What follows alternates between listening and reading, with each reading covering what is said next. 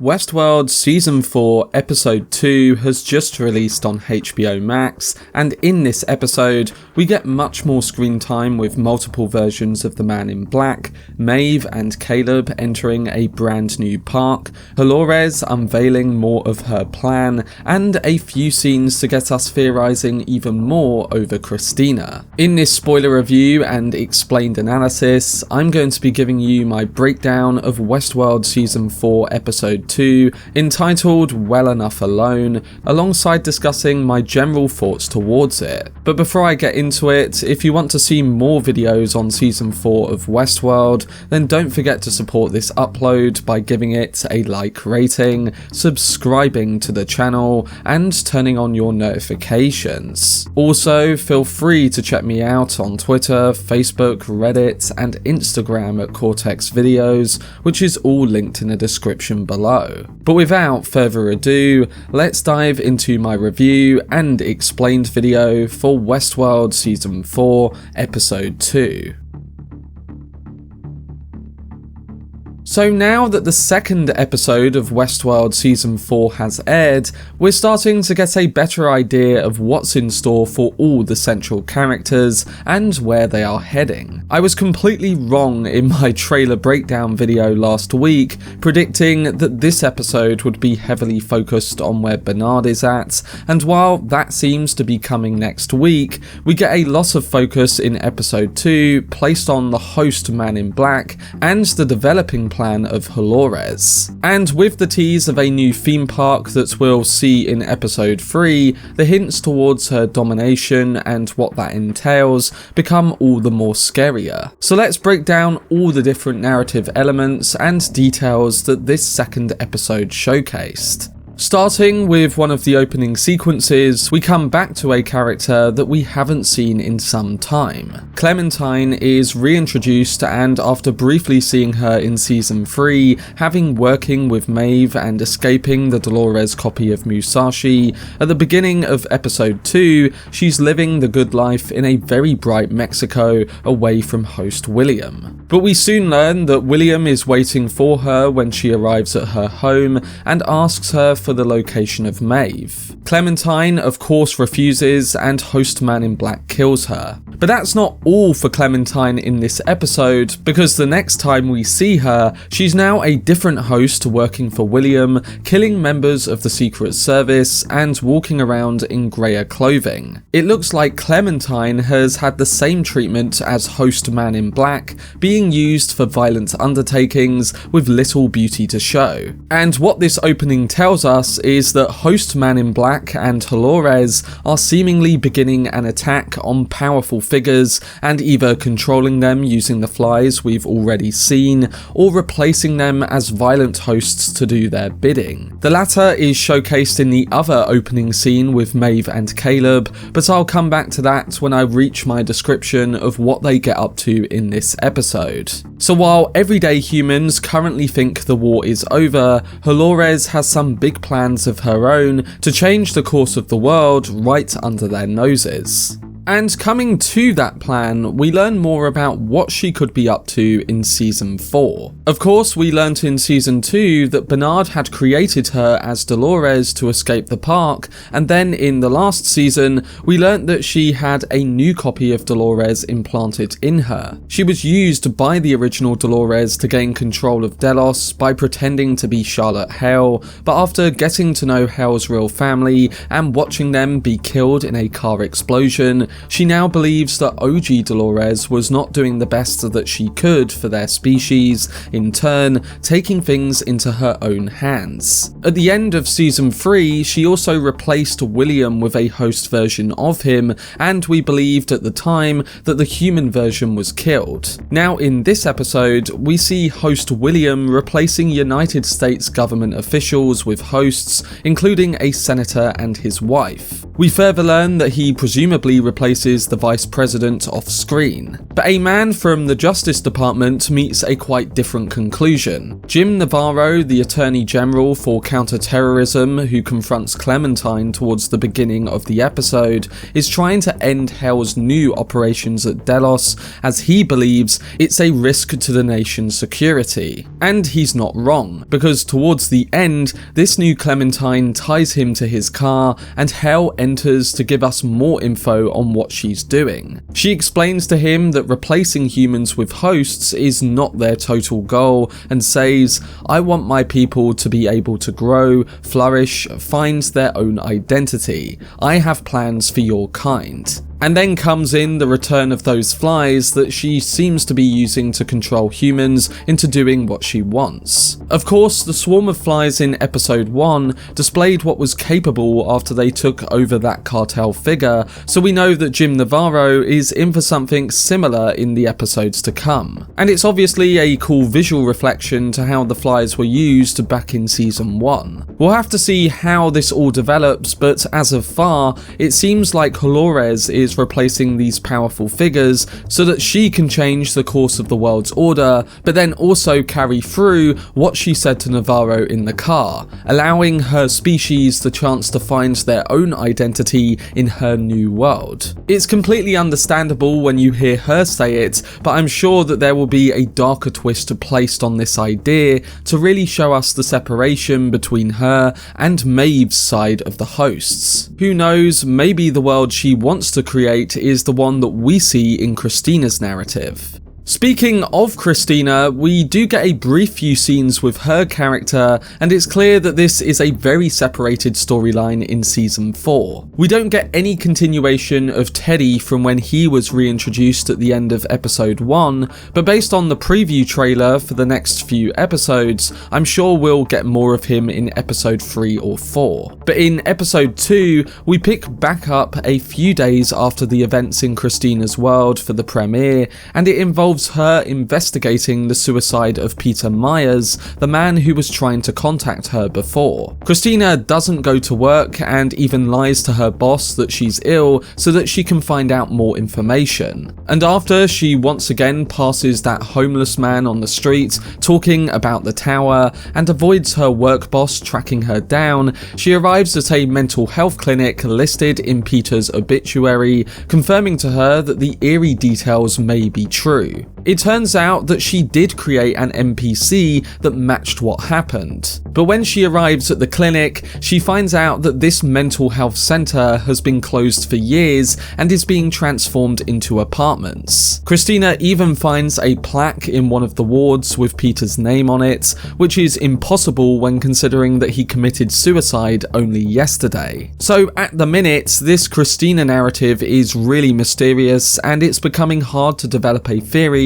that fits in line with everything we've seen so far. Based on what she's seen at the mental clinic, you would think that this is suggesting that the original Peter has been replaced and Christina has written the narrative for the version we saw in episode 1. But then you have to ask, what would be the overall goal of that? A lot of the details are still missing, but I'm still sticking with the theory that this world, whether it be a simulation or a dystopian future created by Dolores, is set in the future, and that's what we're seeing unfold. I think all the hints of the maze symbol, the Dolores storyline repeating itself, and the control of the tower suggest that all the previous narratives are being used to make Christina regather her memories or question the nature of her reality for some ultimate goal. But in trying to work out what is going on here, we do get another scene with Christina before we leave her, and it could be giving us more hints of something being covered up.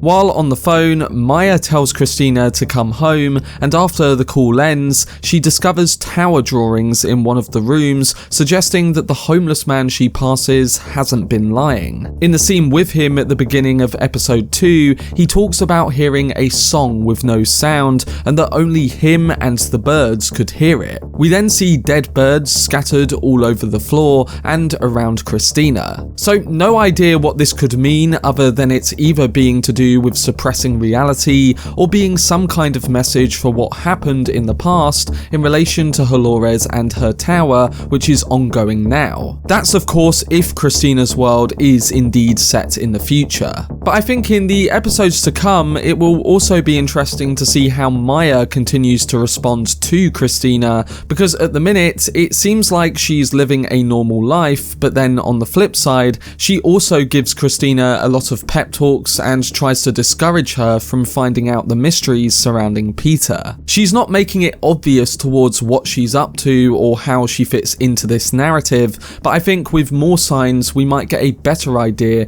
of what's going on with her, and therefore what's going on with Christina. But I am intrigued to hear what you guys think on Christina's world, because at the minute I can't quite put my finger on exactly what's happening here. But this now brings us to the rest of episode 2, and we spend a lot of time with Maeve and Caleb, who are continuing their journey to find William and learn more about why they are being hunted. In this episode, we get a bigger sense of their chemistry and previous time together, with the pair now investigating and also posing as a fake couple later on. It makes me wonder what they did get up to, especially after Caleb mentions a memory of something called the Lighthouse, and I'm sure we'll learn more about that soon. But coming to the events here, their opening scene is the one with that previously mentioned senator from before, which involves them fighting the host replacements of him and his wife left by host William. Once they win the fight and Maeve analyses the host senator, she discovers that they are more upgraded versions of the hosts we're used to seeing, and voice commands don't work as well as they used to. But she also sees how the human senator was killed and how the human wife was left alive as an experiment by Hale. They soon find her in the barn and discover that she's not acting normal, having brutally killed horses, delivering their messages from host William, and is now surrounded by those creepy flies. Before Maeve kills her in defense, the woman ends up giving them a lead to an opera theatre where things will really begin to unravel. Maeve and Caleb dress up and set out on another road trip to find this theatre and see what else is going on. Once they arrive, no one is at the theatre and they eventually discover an underground corridor leading them onto a train. It's visually identical to the second episode of season 1 where young William enters the train into Westworld, indicating that we're about to see a new Delos destination. And it turns out that this is the MafiaWorld park that we saw in the trailer, modelled after the 1920s in Chicago. Maeve and Caleb are greeted on the train by Sophia, who was the replacement host for Clementine during Westworld Season 1. They are also presented with the famous white and black hat choice on entry, with Caleb refusing as a reverse to William choosing the white hat back in Season 1. William's addictiveness corrupted him yet showed us his true colours, but Caleb so far seems to be refusing that choice. But for all we know, his time in the park may change that entirely. And even Maeve is given a different kind of entry to this new park herself. We learn that Maeve gets to enter this park in a sort of role reversal, as she's now viewing it from the guest's point of view. And I think that this may be hinting at what's to come in this new park itself. During the ending of episode 2, we cut between Maeve and Caleb entering the park and host William on stage announcing that it's opening. He calls the sweet water of this park Temperance and labels the whole park with the title The Golden Age, but it's key to point out that this could just be the descriptive reference to this actually being called MafiaWorld. That's because in a promo video for season 4 using this exact scene, they particularly labelled it as MafiaWorld. So like Lee Sizemore's Odyssey on Red River narrative, I'm guessing this is just the narrative or tagline for this new park. But moving on to the bigger details that we learn here, based on one of the shots on the train of a desert landscape and a city in the distance, what I'm guessing is that this park has been built on that Nevada land we saw host William buy in the premiere episode. Host William does say in his speech on stage that Delos has expanded its footprint, and it would explain why he's potentially replaced the vice president earlier on. Him and Dolores needed the authority, so they took it into their own hands. But we'll soon find out whether this is that land William brought, somewhere on the original island, or somewhere else entirely. The even juicier detail in this ending though is the hint of that role reversal idea that I mentioned before, explaining what the function of this park actually is. If we take in mind that Dolores is replacing powerful people, then what we could be looking at here is a park being used by them to attract the other elite figures that she can replace. I think we're seeing Dolores use a park to reverse the roles and start to really implement her power regime by replacing the most wealthy and powerful individuals. It could be a greater sign of what's to come in the real world too, in the form of controlling humans and making hosts the dominant species with greater freedom. And speaking of that domination,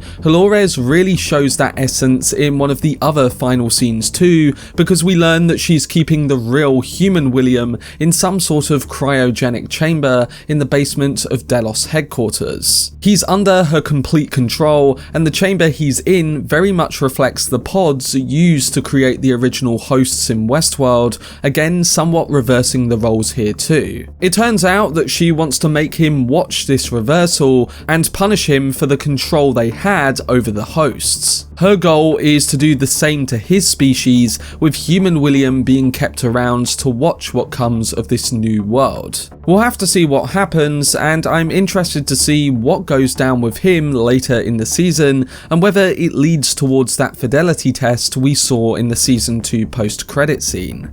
But what did I think of Westworld Season 4 Episode 2? Well, I must admit, this episode was a lot of fun and really amped up the scale of the season via the extended plan of Dolores in replacing powerful figures. It may have had some shoddy dialogue at times, like in Episode 1, but the narrative seems more streamlined and it definitely calls for intrigue. Surprisingly, I'm actually really invested in what's going on with Christina because it reminds me of Season 1 and 2 when it comes to the mystery of this show, and I think that if this narrative thread has some effective conclusions and reveals, then it will be totally worth all the questioning we currently have. I also loved the chemistry building between Maeve and Caleb because it really displayed how these two characters have been together for years, yet it didn't feel forced or unnatural. And the Dolores and Man in Black side of things is really ramping up now that we've seen a few more details surrounding their push for control. It would have been nice to have seen what's up with Bernard in his potential future timeline too,